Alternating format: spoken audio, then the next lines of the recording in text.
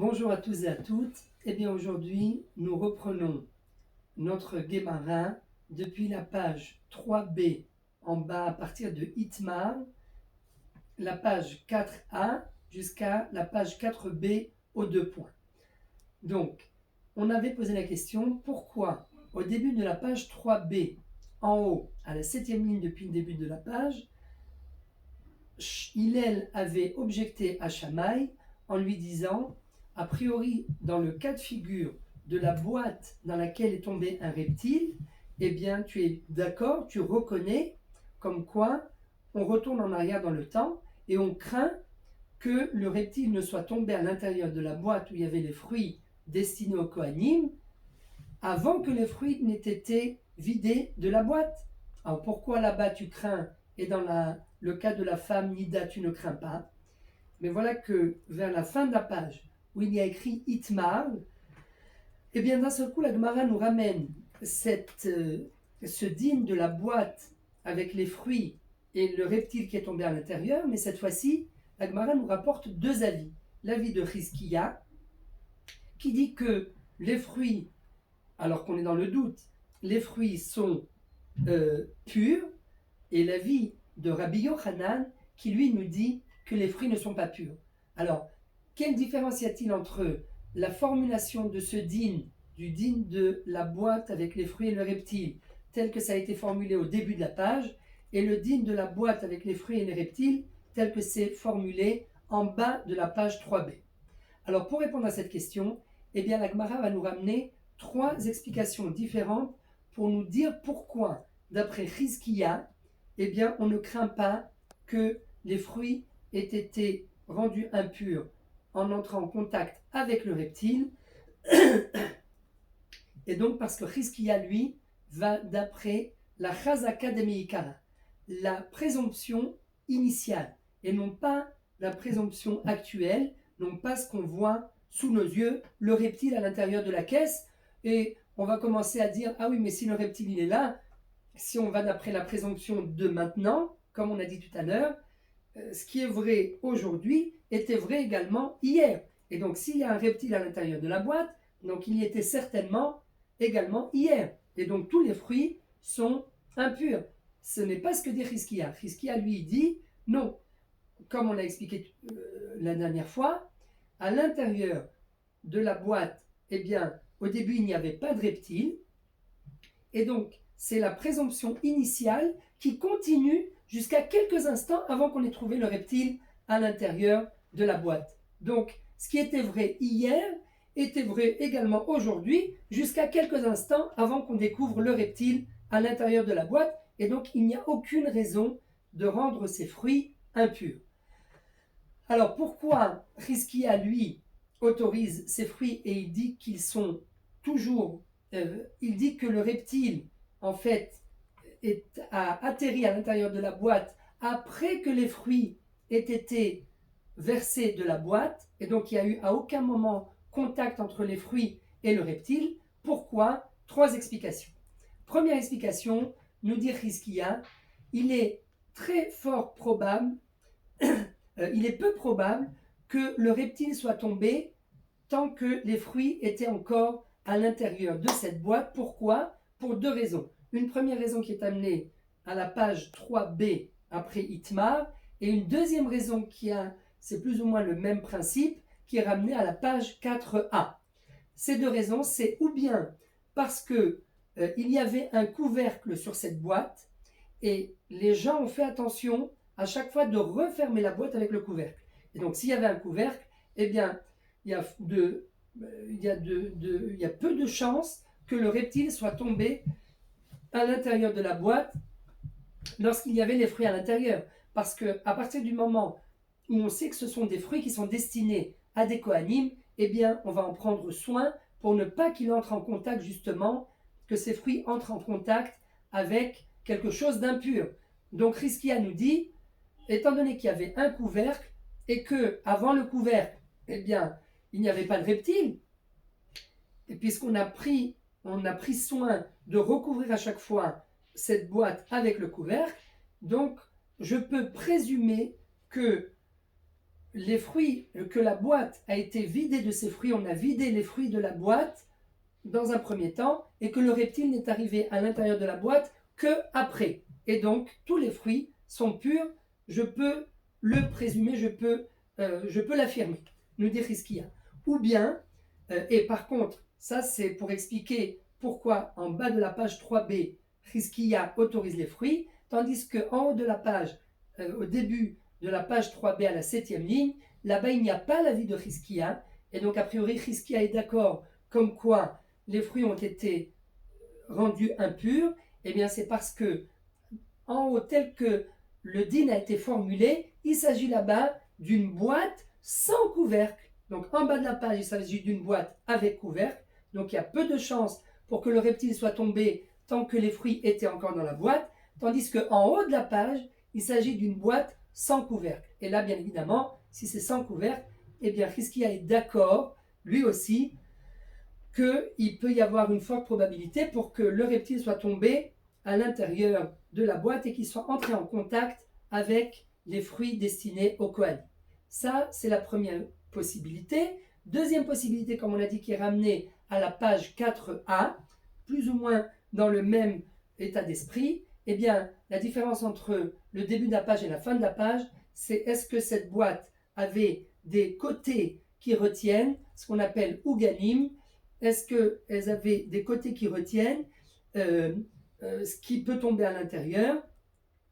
Et donc, il nous parle d'après Rizkia, en bas de la page, il s'agit d'un cas de figure où il n'y avait pas de côtés qui retiennent, ni un fond en bas de cette boîte. Et donc, s'il n'y a ni fond, ni côté qui retiennent, eh bien évidemment, s'il y avait un reptile qui était tombé à l'intérieur, le reptile aurait été évacué à l'extérieur.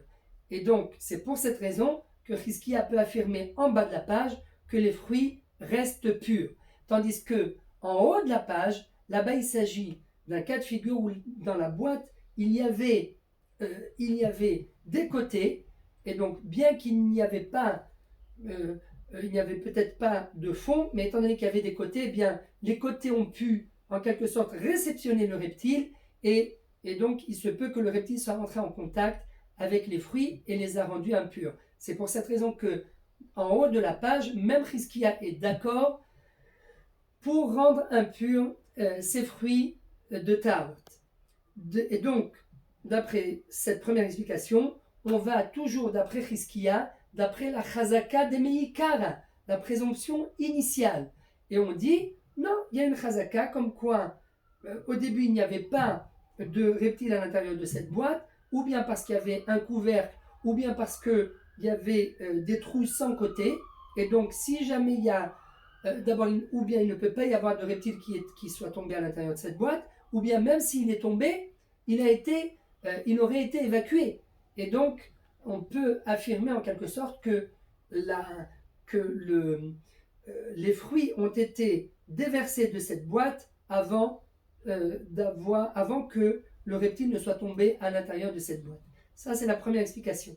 Deuxième explication, on nous dit, il est très possible que dans le din qui est ramené en haut de la page 3b et dans le din ramené en bas de la page 3b, eh bien, il s'agit dans les deux cas d'un cas de figure où le reptile est tombé à l'intérieur de la boîte depuis hier. Alors, s'il est tombé depuis hier, pourquoi, d'après Rizkia, dans le deuxième din, le din d'en bas de la page, pourquoi il dit que les fruits sont quand même purs? Que s'est-il passé? Eh bien, parce que d'après Rizkia, on ne va pas, encore une fois, d'après la présomption actuelle, la réalité actuelle où on voit le reptile à l'intérieur de la boîte, mais on se base sur la présomption initiale. On se base sur le cas qu'il y avait à l'origine. Et à l'origine, eh bien, il s'agit d'un cas où quelqu'un a vérifié la boîte pour vérifier s'il n'y avait pas de reptile. Donc à un moment donné, exactement comme le cas de figure de la femme qui s'est vérifiée elle-même, quelqu'un a vérifié la boîte, il a vu qu'au moment où il y avait les fruits à l'intérieur de la boîte, il n'y avait pas de reptile. Donc, par cette vérification, la personne a en fait fixé un statut, il peut donner un statut à cette boîte, qui est une boîte qui est Becheskat Tahara, qui est dans un état de pureté. On peut déclarer que cette boîte est dans un état de pureté. Alors que dans le cas de figure dont il s'agit en haut, où Hillel et Shammai sont d'accord, eh bien là-bas il s'agit d'un cas de figure où on n'a pas vérifié la boîte auparavant. Et donc à partir du moment où on n'a pas vérifié la boîte, eh bien il n'y a pas de Cheskat Tahara.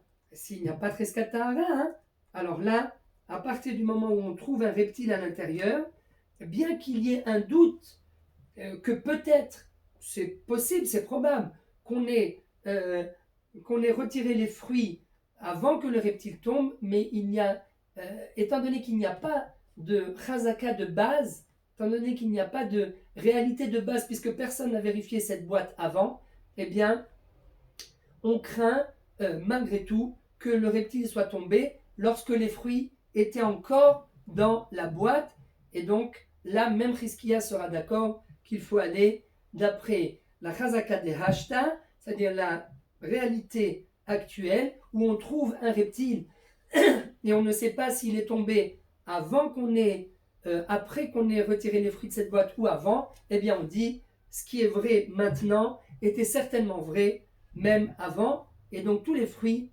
sont impurs.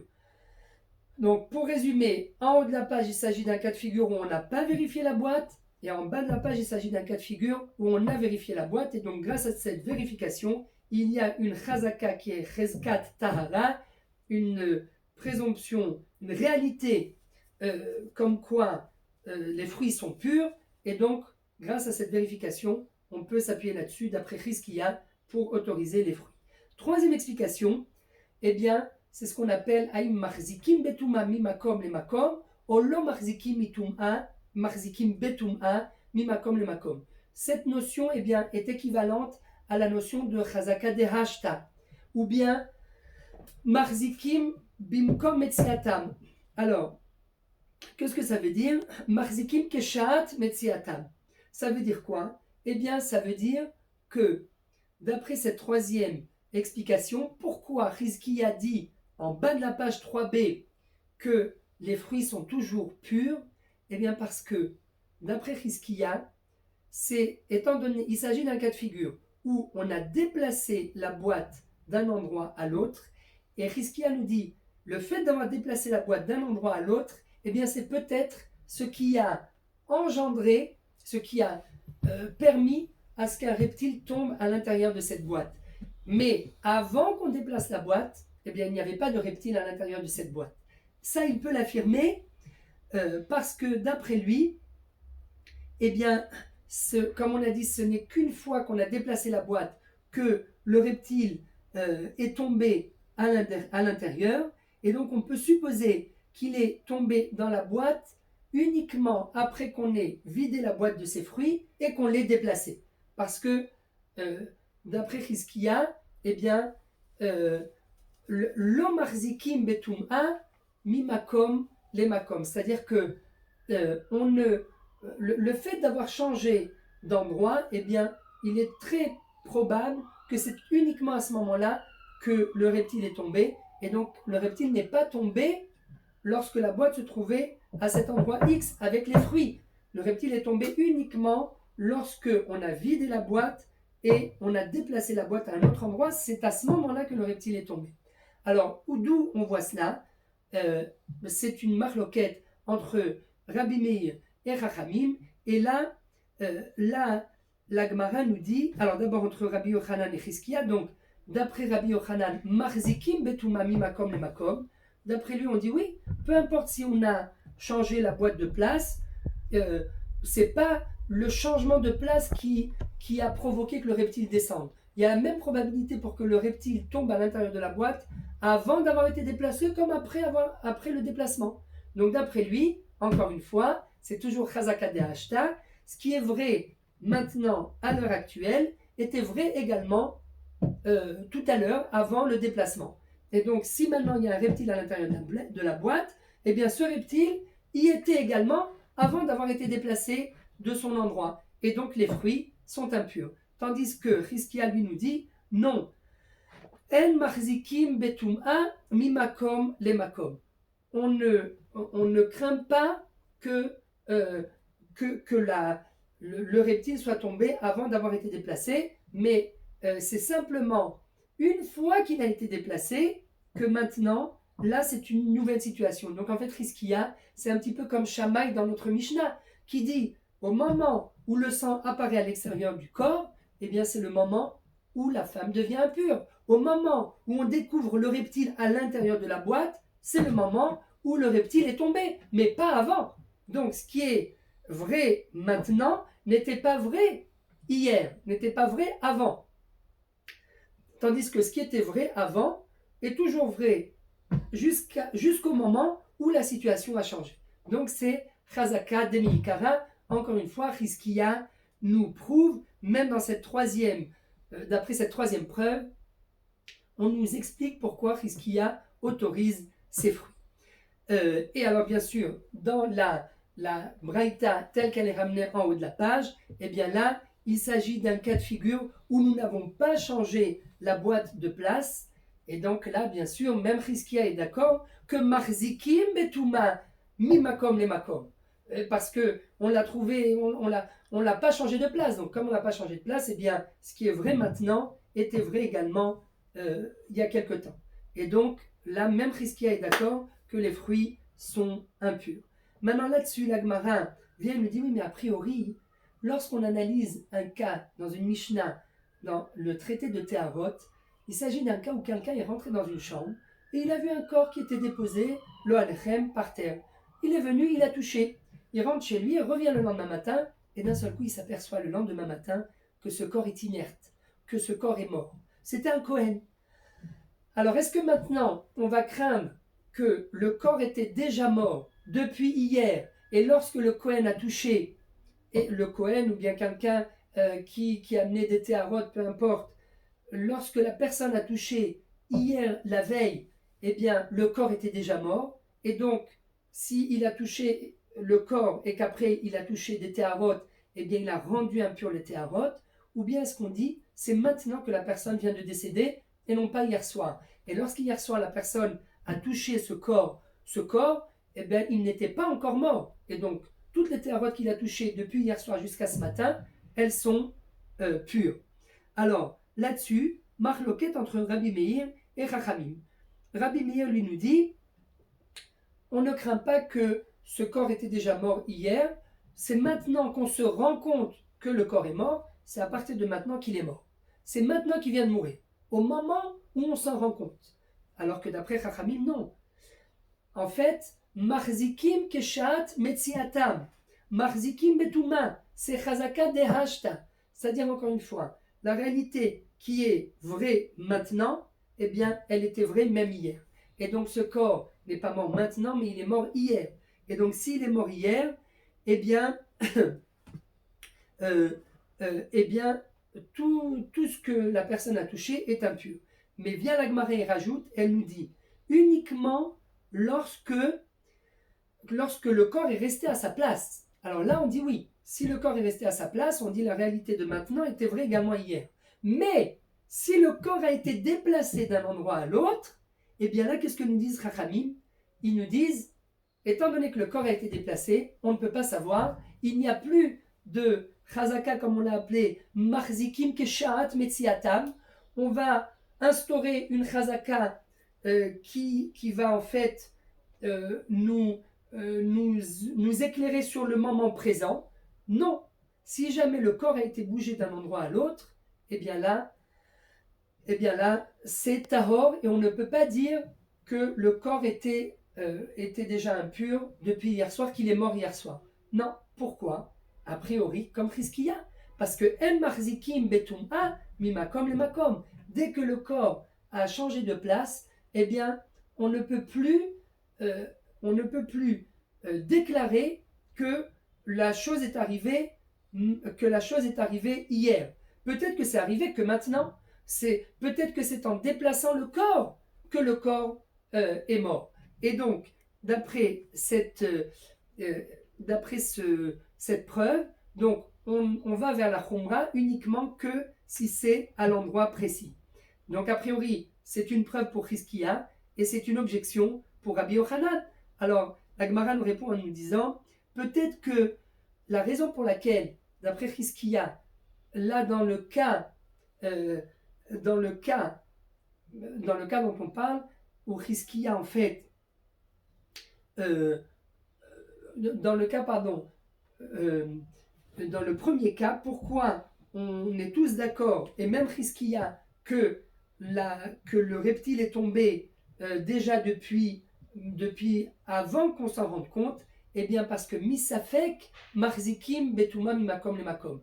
Lorsqu'on est dans le doute, eh bien on se dit, même si la boîte a été déplacée d'un endroit à l'autre, eh bien là, comme on est dans le doute, alors peut-être dans le doute, c'est possible que Chizkiya lui aussi soit d'accord. Alors là, la Gemara dit oui, mais a priori, on voit bien qu'il s'agit dans le cas du din en bas de la page 3b.